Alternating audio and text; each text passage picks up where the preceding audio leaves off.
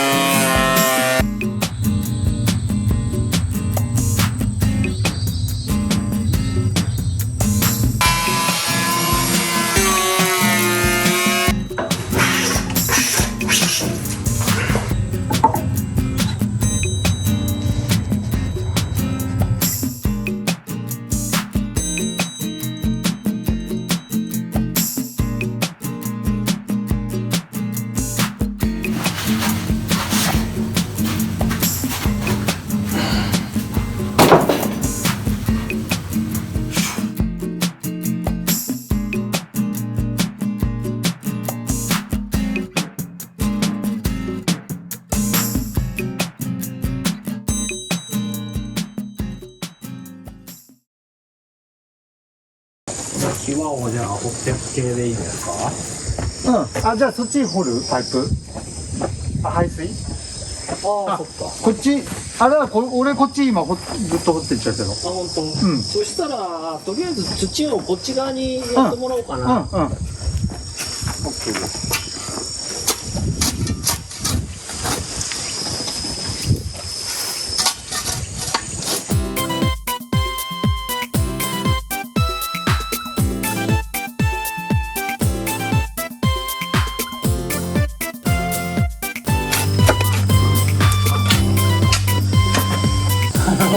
そんな掘った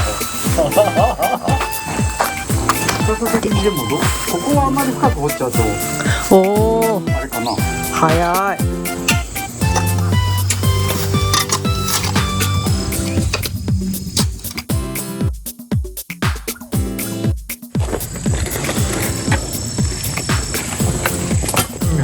早いな。すげえな。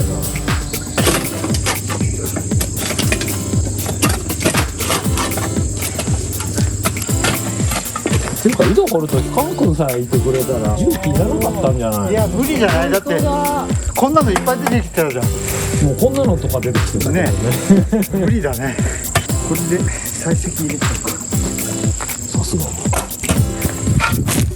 いきます。